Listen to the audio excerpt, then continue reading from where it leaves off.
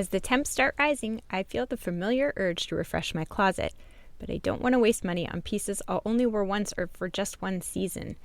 Thankfully, Quince changes that.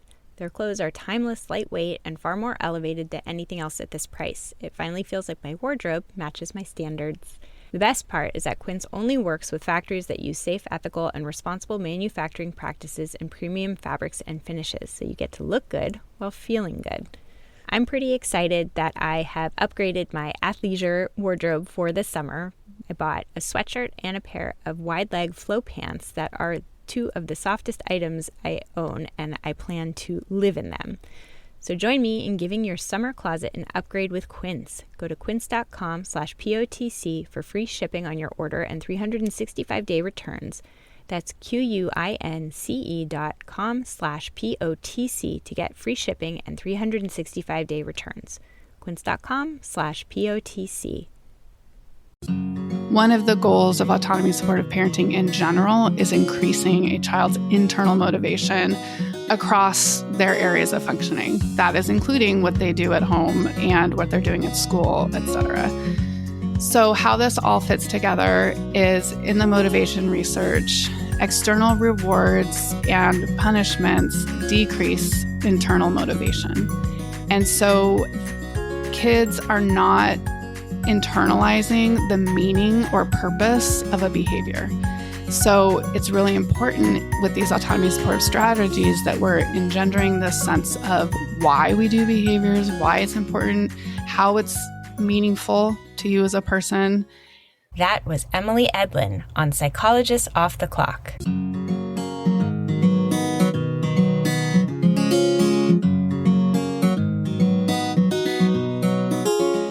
We are three clinical psychologists here to bring you cutting-edge and science-based ideas from psychology to help you flourish in your relationships, work, and health.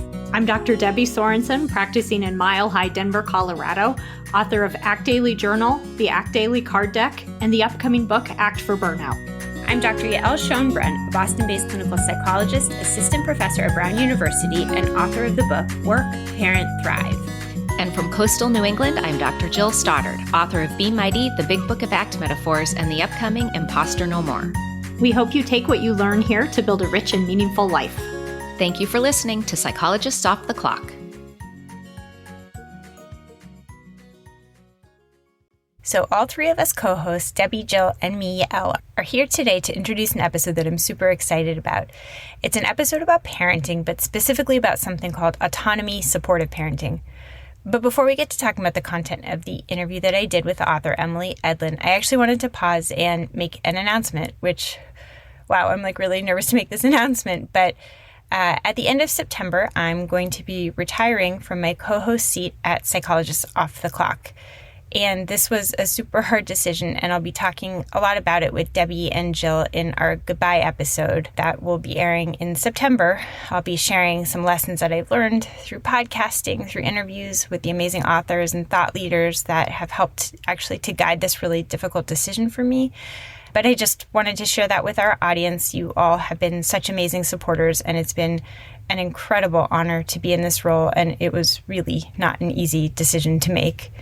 We've known for a while now that Yael was leaving. This has been something that she let us know pretty early on in her thought process. And so we had time to prepare. And I still found myself getting a little sad when you just announced that, because we are going to miss Yael so much.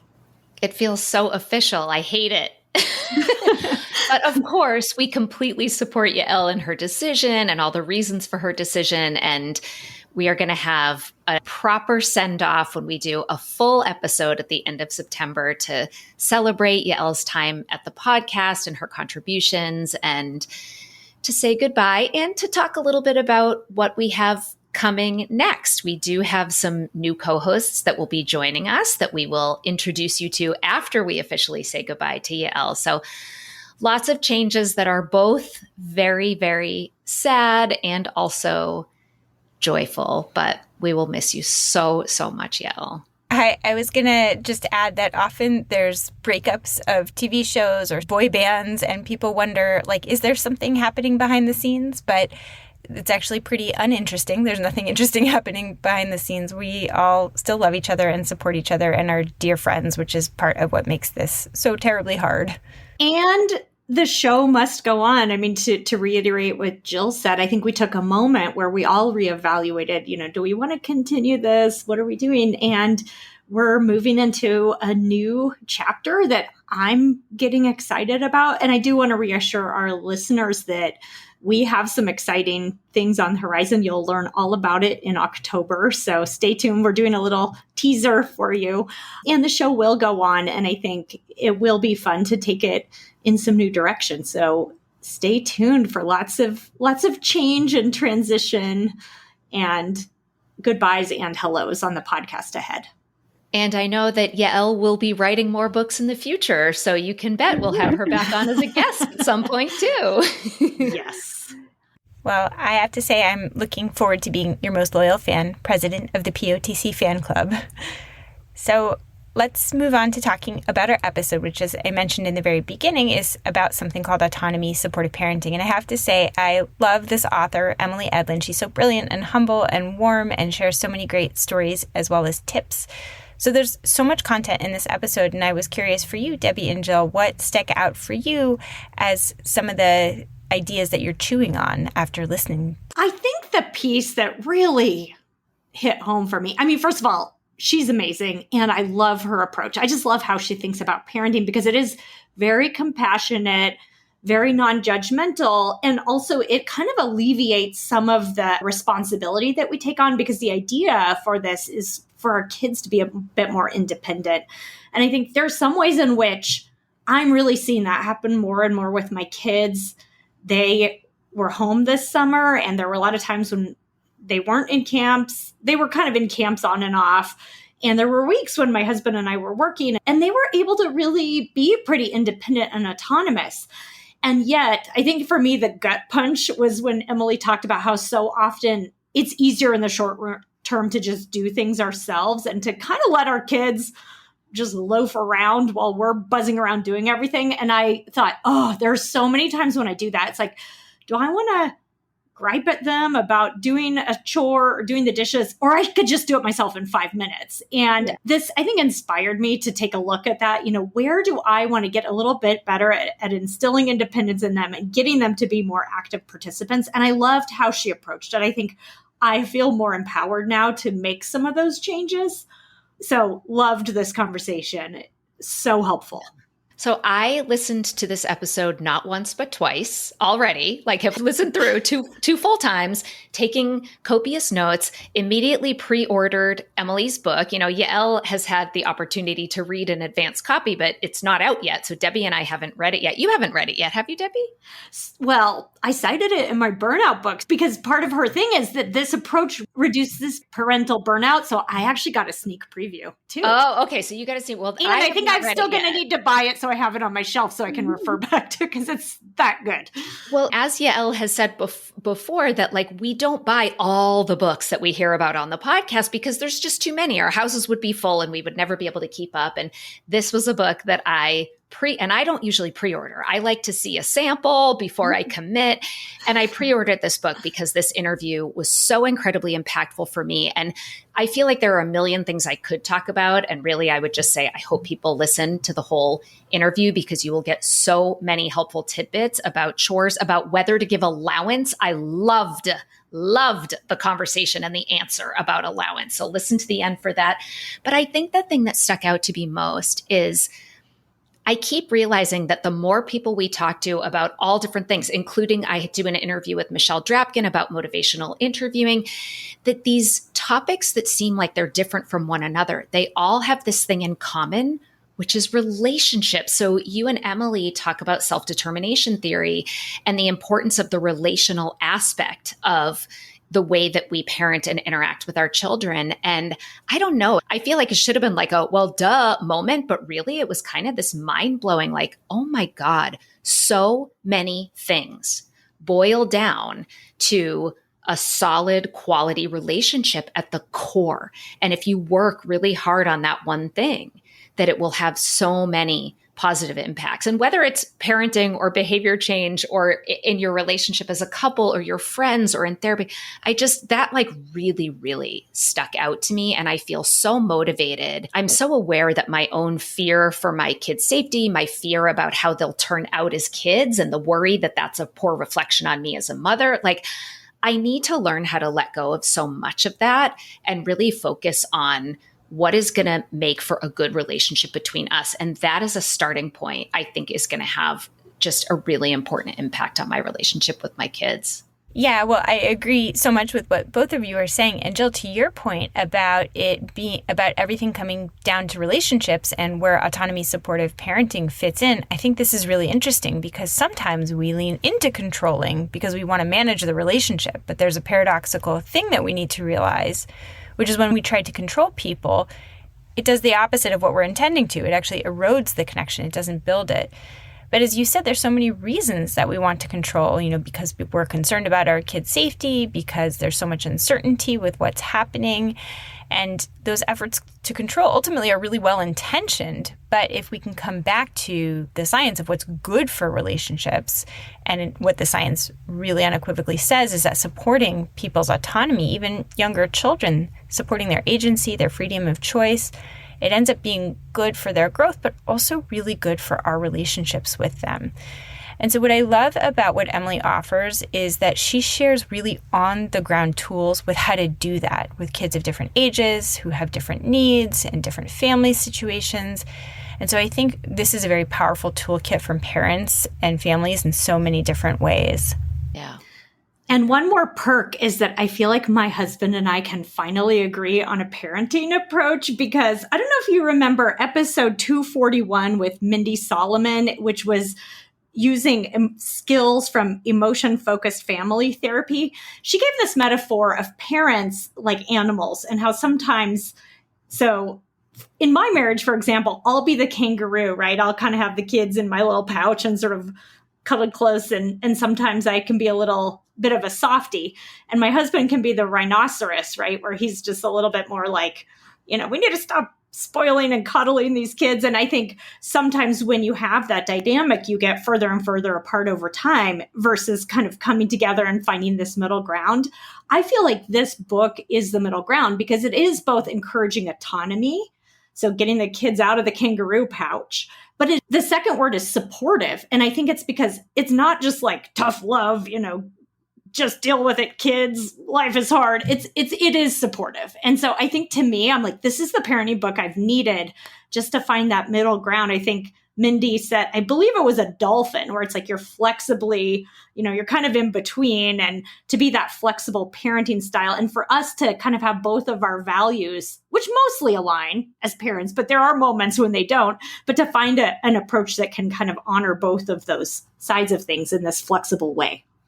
Yeah, I definitely had the thought I am going to strongly encourage my husband to listen to this episode. He does not listen to the podcast, nor will he read an entire book. Although he just read 3 books in 4 days. It was 1,200 pages. Apparently, my husband, who I've known for like 20 years, is a speed reader, and I had no idea. Wow. He doesn't normally read. Yeah. Well, anyway, that's an absolute tangent, but he won't read a parenting book, but I think I can get him to listen to this 1-hour episode so that we can get on that same page too. I had the same thought, Debbie. When we first had kids, because I'm a psychologist, I would bring these parenting books in and sticky note, read this chapter. And he, let's just say, was not a fan of my your approach suggestions there that, well, this book says this, so therefore I'm right. See, here it is. Because he needs autonomy, Debbie. Exactly. We're trying to control his behavior. That was coercive control, and it didn't work very well. No, it did not. Right. She has to write the book of Autonomy-Supportive Partnering.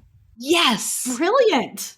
But first she has to write the book for the neurodivergent kids. She said she might write a whole separate book, and I like that plan. So then maybe autonomy-supportive parenting can come after that. We have lots for her to do. Yeah. Okay, so before we set Emily off on her next several books, we hope that you all tune in to this awesome episode with Dr. Emily Edlynn about autonomy-supportive parenting. Hi, everyone. I am here today with Emily Edlynn, who I'm very excited to introduce to everybody. She is a clinical psychologist with an academic background who aims to infuse science and common sense into the landscape of parenting guidance in all sorts of ways, with her blog, The Art and Science of Mom, with her parenting advice column, Ask Your Mom, that is published in parents.com, writing for national outlets like Washington Post, Scary Mommy, Motherly, and being featured as an expert across parenting articles in outlets such as the New York Times, CNN, and BBC.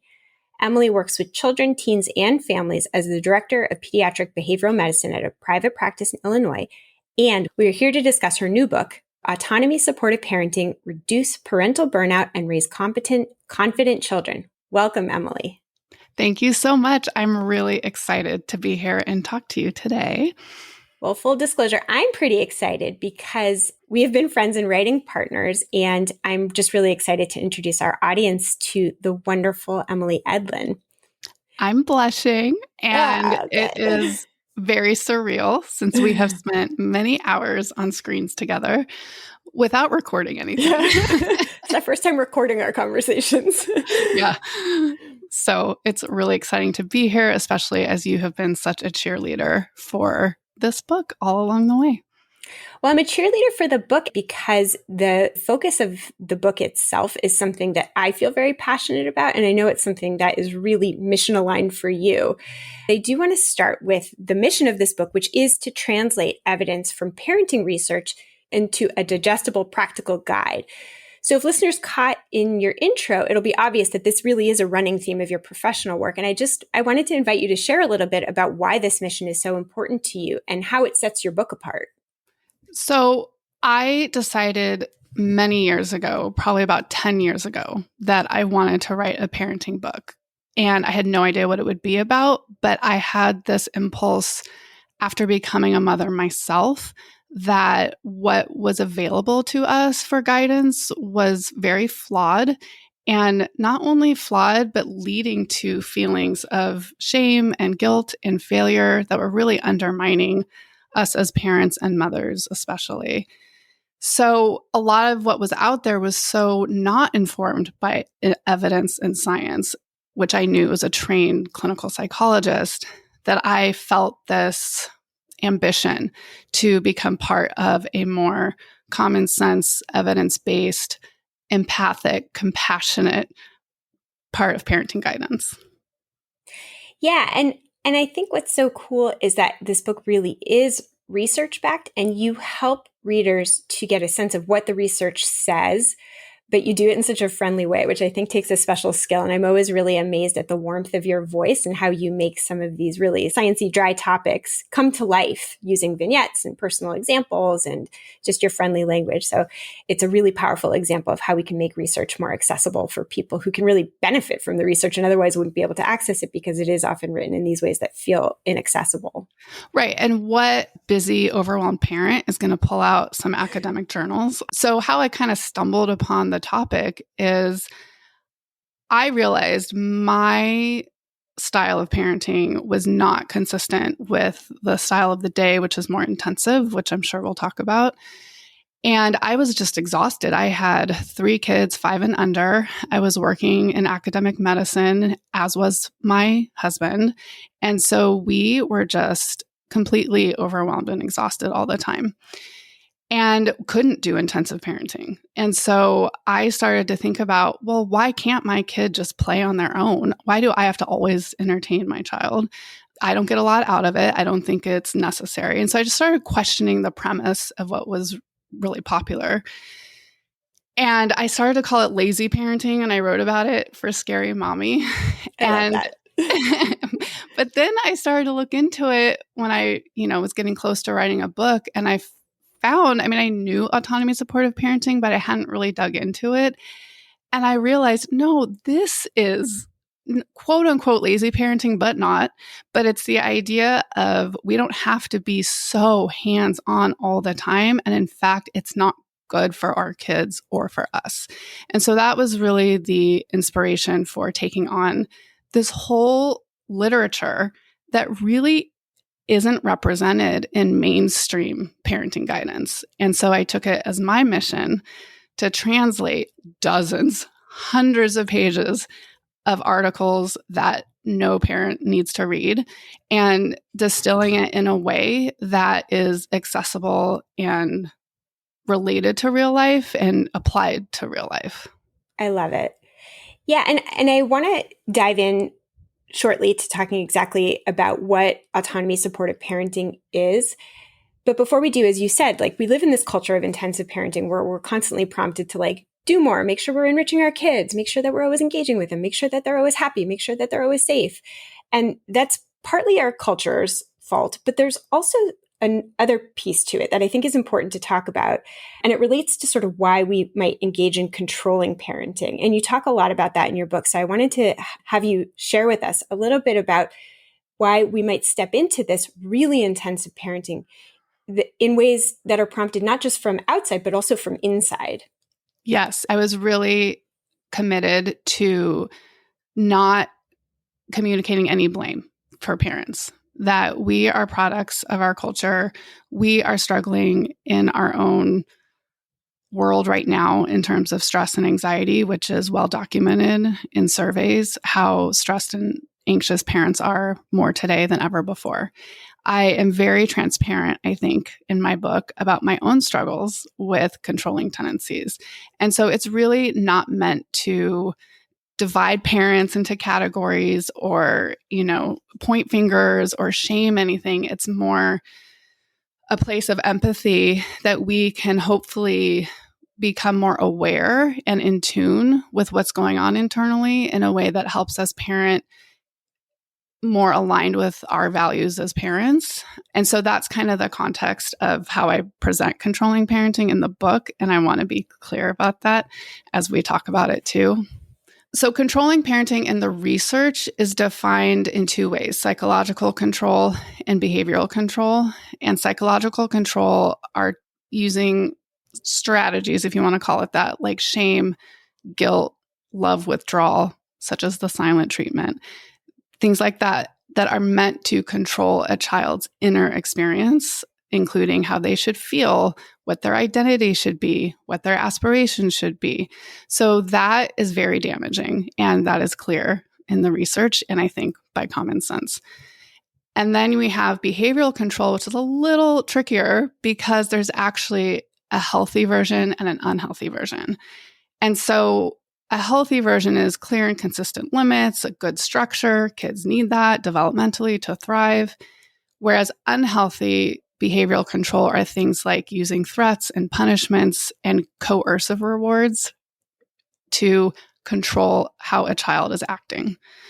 Can I just interrupt you for 1 second and ask you to define what are coercive controls? Because I think that's a really important concept. Yes. And by the way, like we all do some of this, as you said, like we all do some of this some of the time. Yes. It's helpful to be aware, but there doesn't need to be any guilt or shame. But these are important things to be thinking about. Yeah. So what is coercive control? So coercive rewards. Coercive rewards.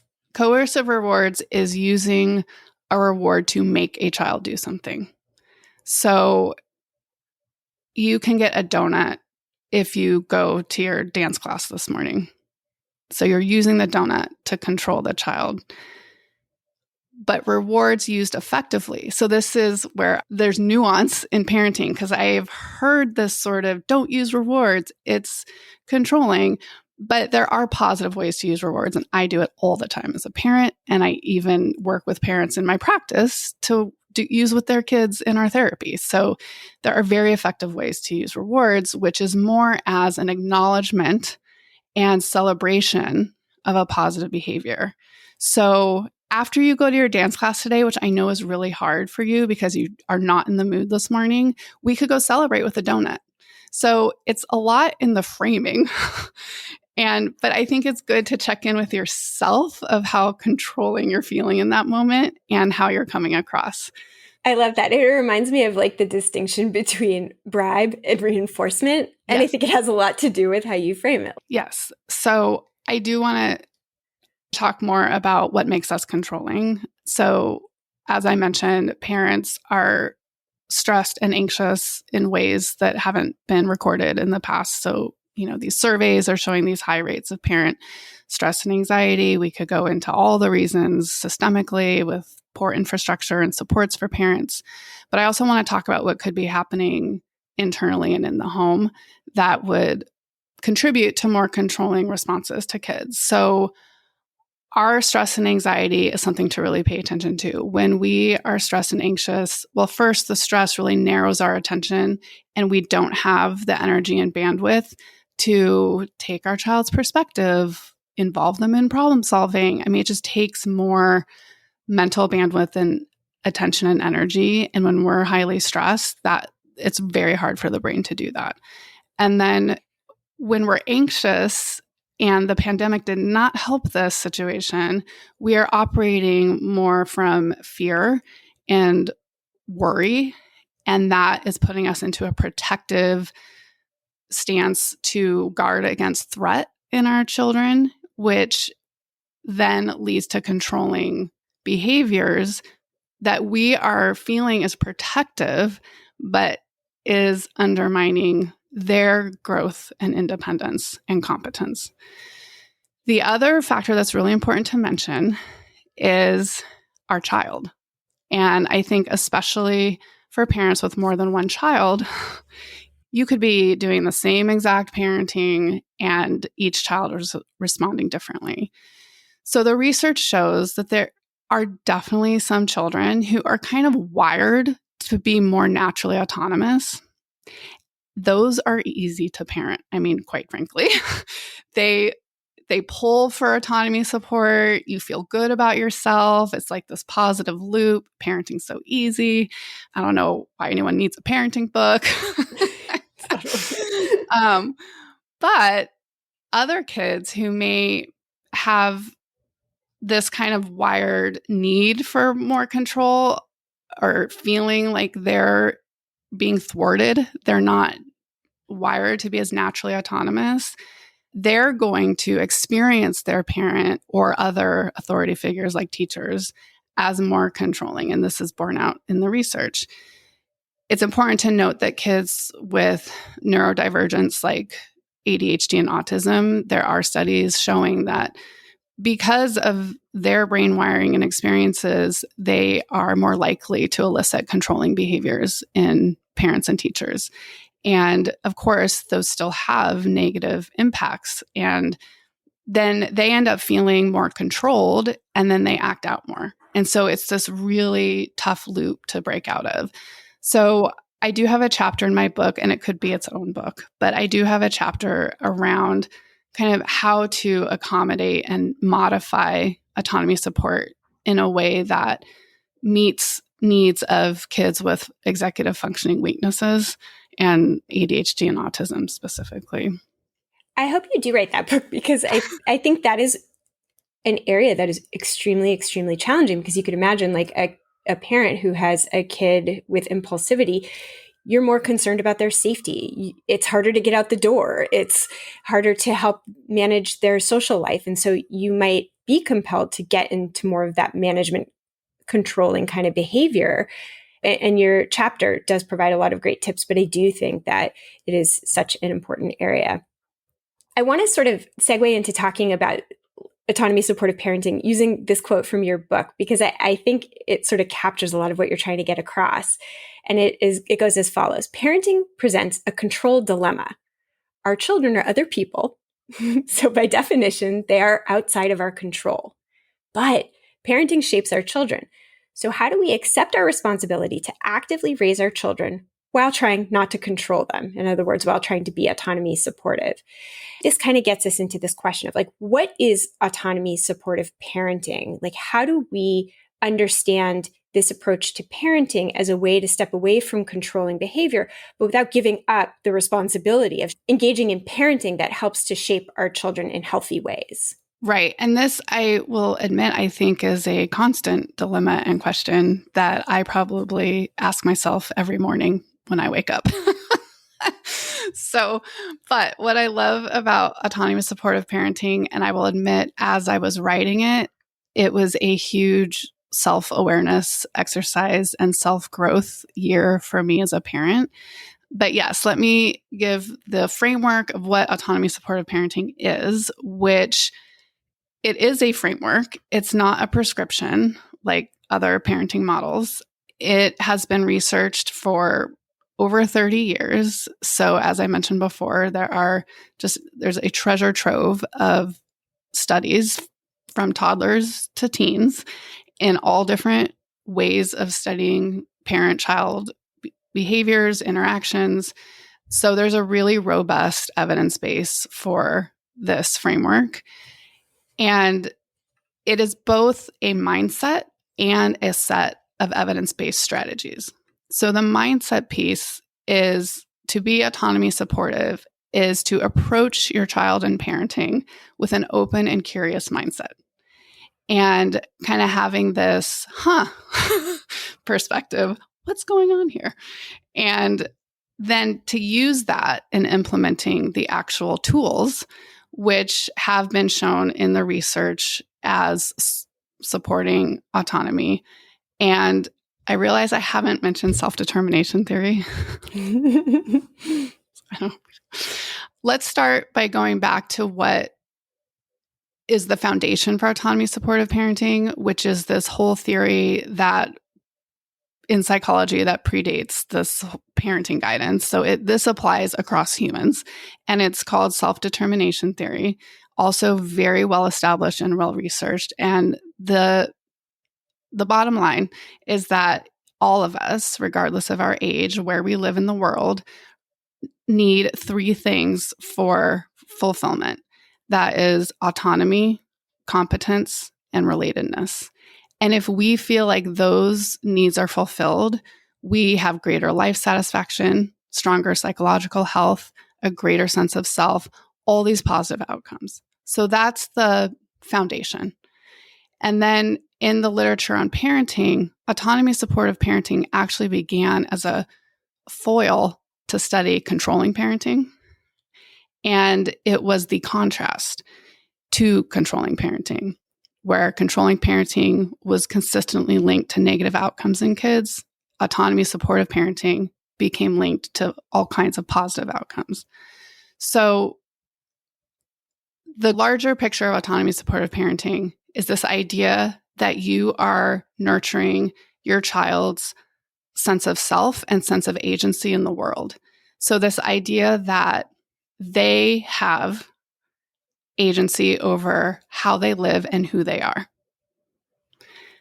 So that's the big long-term goal that is not going to be evident in every day of your parenting life, but that is the guiding light for approaching your children in an autonomy supportive way. But how does that look day in, day out? It starts with perspective taking, empathy, using that open and curious mindset to really try and understand who your child is as a person, what their experience is, why they're acting that way, so that you can be more connected and effective in your response. So that is part of building the relatedness piece, which is really important as the foundation for the autonomy and competence to then be nourished. So within the context of relatedness, strategies such as offering choices, having rules in the house, but being very open about the rationale for the rules, as well as flexible with your child's input as they grow for those rules to shift and change. Involving your child in those decisions, in collaboration, problem solving together on dilemmas that come up, that is a huge part of being autonomy supportive, because you are showing your child that you regard them as a worthy person who has opinions that matter and a voice that matters. The other big piece is this idea of values and approaching problems in your family through the framework of how does this connect with our family values? And in that process, you're teaching your child how to live by values, which is another piece of being autonomous, is behaving in alignment with personal values. So I think I always like to say that autonomy supportive parenting is not easier, even though it leads to better outcomes, and there are certain ways that it can make daily life easier when your children are more independent and doing more for themselves. There are times where it does take a lot of energy and thought, and it does not mean there's not stress or conflict, because you are working through things like values and behaviors that aren't aligning, and why aren't they aligning, and how do we address that as a family. So there's so much to say about autonomy support parenting. There's a whole book, so it's really hard to do the nutshell version. I'm still working on it. No, I think you've given us a lot of the flavor. And I think your point that ultimately we're aiming towards doing less as parents, but sometimes it can take a lot of effort at the front end. Like when you're getting your kids out the door, it is easier to pack their lunch, to help them get on their shoes, and to kind of push them out the door gently. But in the long term, it'll be easier for you if you put in the effort at the front end to help them learn how to do many of those things in developmentally appropriate ways by themselves. And we're going to talk, because I'm sure that if you're a parent and you're listening to this, like, it's well and good if you have a kid who sort of responds well, but you have a lot of really great tips for some of the trickier situations, or for some of the kids who might resist this autonomy supportive approach to parenting. So we'll get to that.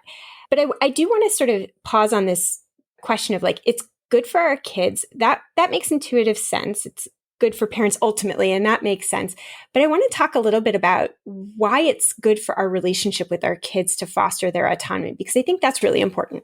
Yes. So I have a personal story that I think really illustrates how powerful this can be, and how it really can affect the relationship and communication and openness between a parent and child. So my daughter, around age 12, had some falling out with a friend. And we heard about interactions through some third party. And when my husband and I heard about it, we were really upset and heated, and felt like she didn't behave by values that were important to us. We didn't raise her to treat a friend like this. And we had all these interpretations and this whole narrative.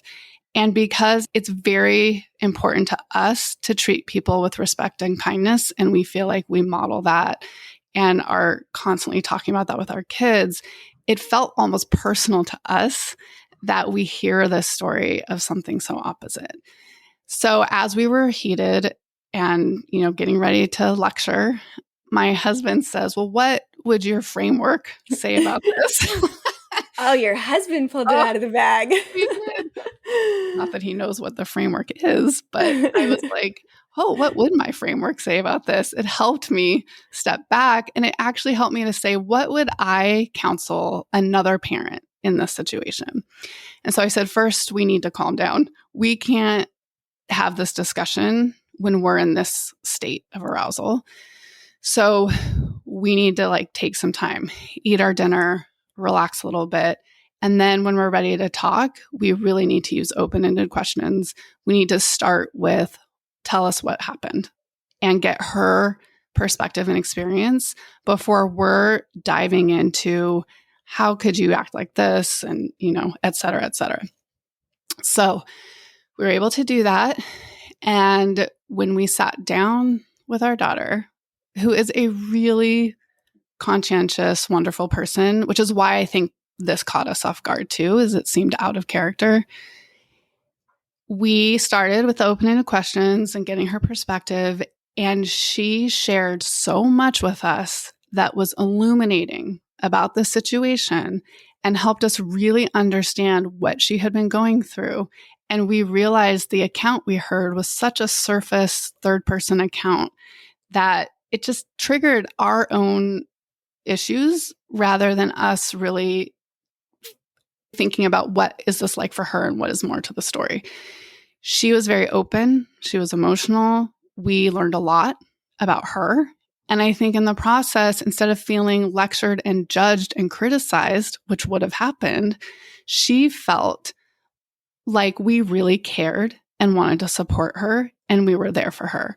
And I think especially at age 12, when there's this transition into separating from the family and doing more on their own and relying less on parental guidance, it was really important to have that experience of support and trust between us so that I feel more confident that as things arise, she can continue to come back to us for that. So can I ask you for a twist on that situation? Like, what if when you had asked those open-ended questions, she had responded by saying something that didn't explain it, that, she was, for example, this is obviously not the case, but it provided you with evidence that, oh, she's sort of developing some character traits that really are out of line with what you and as a family would support and be proud of. And maybe that, she wasn't interested in collaborating with you or being receptive to your thoughts. She really just kind of wanted to do what felt good in the moment, even if it meant being unkind to somebody or doing something otherwise that felt unsavory for your family values. How might you have used the framework of autonomy supportive parenting in that situation? So a lot of it would be similar in the sense of really asking open-ended questions, refraining from judgment and criticism, approaching them with how much you love them as a person, regardless. But I think it would also include some more coaching around how could treating someone like that end up backfiring. I mean, you could ask different questions about what does it feel like to you if you were on the other end of that, where you ask more exploratory questions to help them develop more empathy. You might see that as, okay, here is an empathy blind spot that we need to work on. And in those situations, I think there is a degree of this is not going to be one conversation and done, right? Like realizing, okay, this is something we need to be hands-on about as parents and look for opportunities where we keep sprinkling in that it's important to treat people this way and using our values as a framework and continuing to have this dialogue with your child and also trying to understand what's at the root for them of treating someone in an unkind way. Are they feeling like they don't belong and this is a way to be part of a peer group? What is driving this behavior for them? And the only way you're going to get to that is to keep this open dialogue. Yeah. Well, I love that because it's getting curious about the function of a behavior, but with benefit of the doubt in hand, that you have some faith in the goodness of your child. Even if in the moment you see a behavior that would suggest otherwise, it's helpful to kind of remember, like in general, I do think my child is good inside. Let's get curious about why this behavior, what role is it serving? What function is it getting to emotionally? What's going on? And having that open curiosity, compassionate curiosity makes it much more likely that our kids are going to want to share more with us if they feel like we're going to be receptive to what's going on with them. Right. And as they go through different developmental stages, they're going to test out who they are as people and where they fit in the world with their social groups. I just want to tell parents, they will disappoint you. It is part of growing up to try on things that really aren't going to be who they are, but they're testing it out. And I think as parents, it's keeping that relationship connected to allow for your influence. You want to stay influential as best you can as they're going through this and really being there for them as both a sounding board to help them work through it when things may fall apart with how they're trying things out, but kind of realizing it's part of growing up. And I think what happens is parents take it as a referendum on their own parenting, as my husband and I did in that moment. And where did we go wrong? What did we do wrong? So if we can flip that and be like, okay, this is what our kid is supposed to do right now in middle school, for example, which is the time where most of this stuff happens. How can we show up for our kid in a way that is more of the long game? Yeah. And I love the autonomy supportive parenting framework too, in that when your kid tries something out that doesn't work, that it is seen as like an opportunity for them to learn and grow. And you're trying to foster that. So rather than saying, well, sometimes when you disappoint me, like, let's talk about how not to do that. It's actually, oh, you disappointed me, but it sounds like you disappointed yourself. And what is there to learn from that if they were disappointed? Or if it worked well, what is there to learn from that? And what might the consequences be down the road? So to see opportunities, however they may feel in the moment, as opportunities for growth and learning, because that's such an important part of becoming who we are. And at the end of the day, that is really what autonomy supportive parenting is trying to help our kids do, is like help them become who they are. Exactly. Okay, so we're sort of already starting to talk about autonomy supportive parenting in action, and there's so many different directions that it could go in and that your book covers. So we'll give people a flavor, but there really is a lot in there. One of the questions that came from Psychologist Off the Clock co-host Debbie is, how can we get our kids engaged in chores like weeding, cleaning up, if they are resistant, because most kids are? And she asks, should we make them, bribe them? How much should we sort of push the issue if they are not internally motivated, which they are unlikely to be? I love this question. And I think childhood chores is a huge area of growth and opportunity for autonomy supportive parenting. For one, I just recently read this statistic. It refreshed my mind. I knew this, but something like over 80% of us parents had chores growing up. And it's now our kids, about 28% have chores to do at home. So, I mean, something has gone awry here. And there are a lot of reasons we could get into, but I will say I make a very strong case that kids should be doing chores for all sorts of reasons. And you're right, especially if they've already been growing up without having to do chores, what would be the motivation? I mean, if I would love to have someone picking up after me all day, that would be fantastic, right? Why would I be motivated to do it myself? It does sound pretty good. So I think first, the caregivers, whoever's in charge of these kids, needs to be really committed, like needs to have their own motivation that this is really important for our family for these bigger reasons than just having a cleaner kitchen floor. Like it's more about values and character traits and how we function as a family. So that's important to have that strong motivation going into it.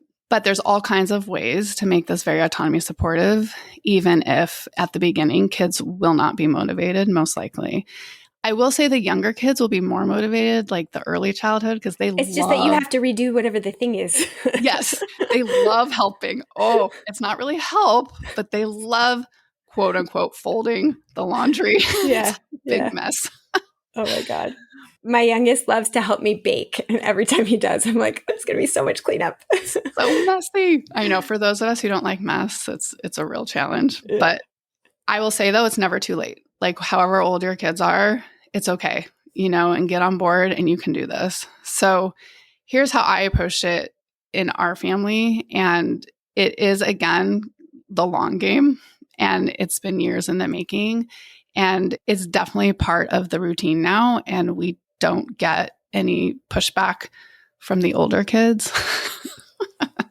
So the suggestion is to approach chores in an autonomy supportive way. Start with making a whole big list.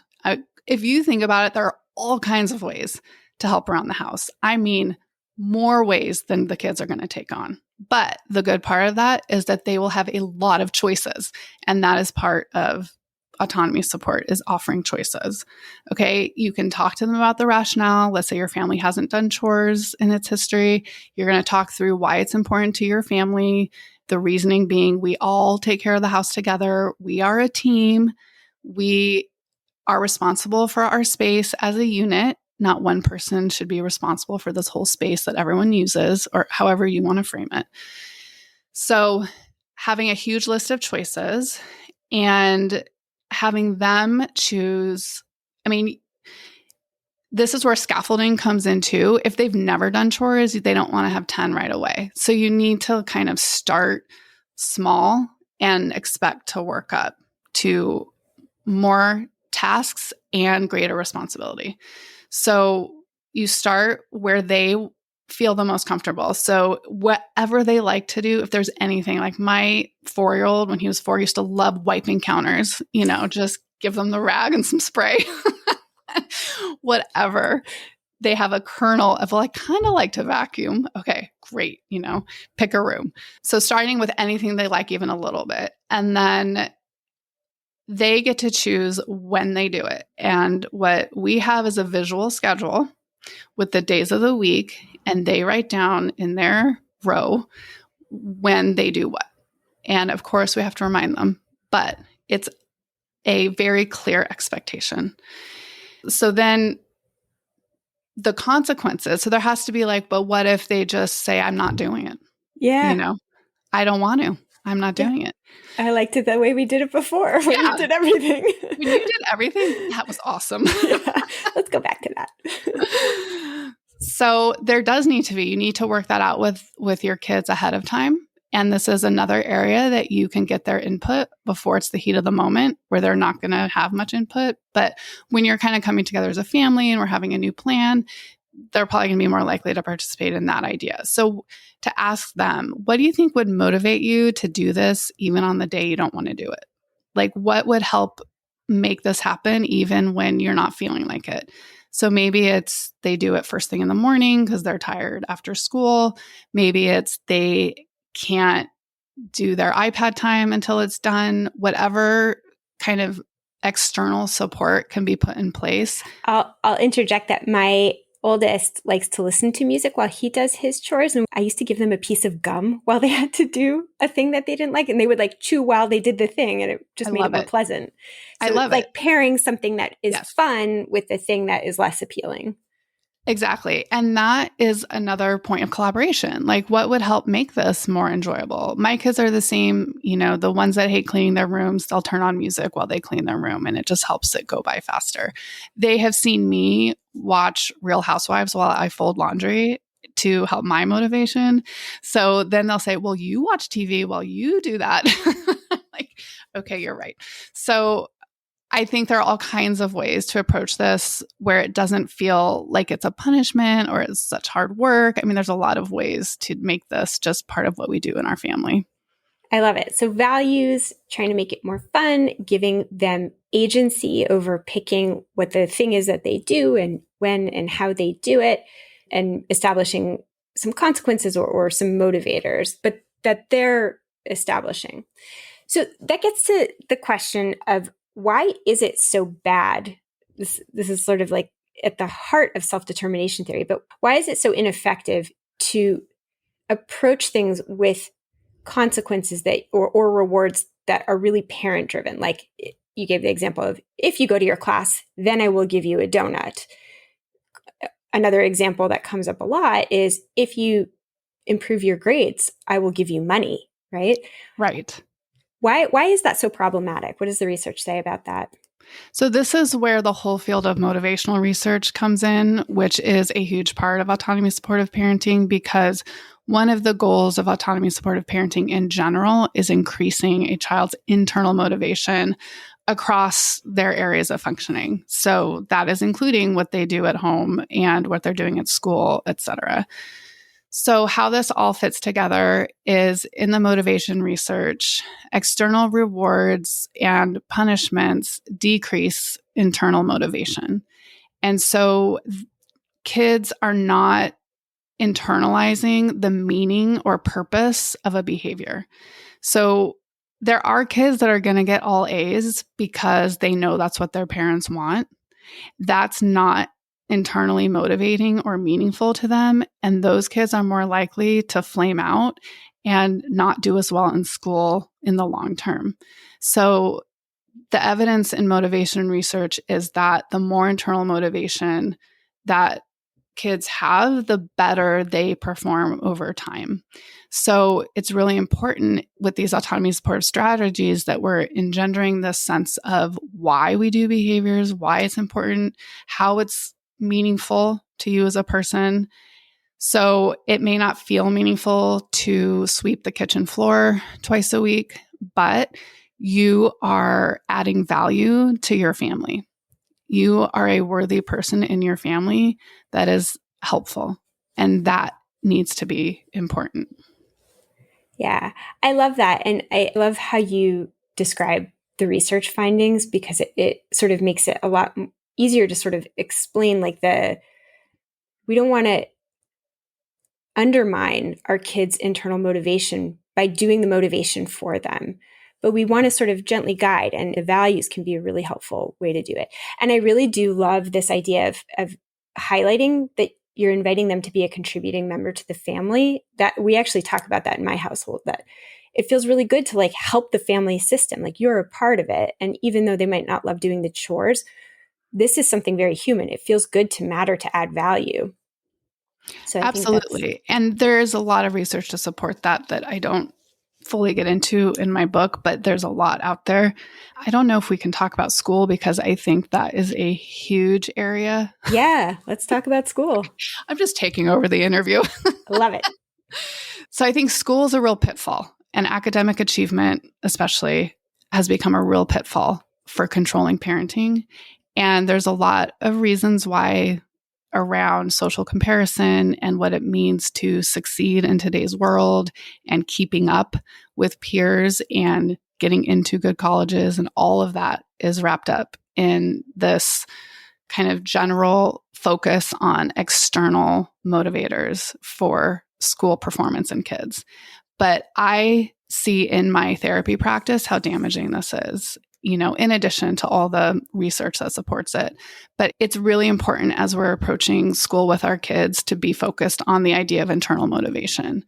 And school is unfortunately full of external motivators that are not encouraging internal motivation. Grades are external motivators. I know we can't get rid of grades. That's not what I'm suggesting. But just being aware that grades and test scores and parent expectations are all external motivators. And I think we as parents, for the health of our children, really need to pay attention to where their internal motivation is with school and be more flexible around how they're approaching school, what it means to them, and aligning more with where they are with school instead of imposing. I mean, this is a huge area of imposing our ideas of who they are on them. So what might be some language that you might suggest for parents who are trying to help their kids connect more with internal motivation as opposed to being driven more by the external motivators in academic settings? So I know I've listened to so many podcast episodes. I know that you talk a lot about growth mindset. And so it's helping the conversation around academics in your house be focused more on process, what it feels like, what it's like for them to learn, how it feels for them to struggle, how it feels when they triumph, when they do better than they expected, what it's like to work hard and be prepared versus not study and not do well, but getting more their experience of it and what's important to them. In my therapy practice, I always ask kids, are grades important to you? Like, I don't care about your parents, but what about you? Do you care about grades? I love that question. It seems so obvious, but as parents, we can ask our kids that. Right. How important are grades to you? And I do think, though, that there is some nuance to this, and you get into this in your book, but you actually don't sort of in a black and white way discourage paying for things like chores. So talk a little bit about allowance in the context of autonomy-supportive parenting. What's the thinking there? So I actually devoted a whole chapter to money because if you think about it, that is a huge part of autonomy. When you are conceptualizing autonomy as freedom, money gives us freedom. It's not about the cash itself. It's about having more freedom in our lives in general. However, money also involves skill and things like budgeting and saving and making decisions. And so there's a lot of skills that go along with having money. So I really strongly promote the idea of all kids having money to work with. And allowance is the most straightforward way to do that. And it helps kids practice with making choices and understanding value and setting them up to be more financially responsible adults. That's kind of the big picture. Then there's sort of this follow-up question, which is, should allowance be payment for contributions, or does that undermine the internal motivation? So I really combed the literature on this to see if there was a science-based answer, and there really wasn't. So I am going to say that this is more knowing your kids and how they operate. I know my kids would find other ways to make money and just say, I'm not doing chores. So I think that's the downside.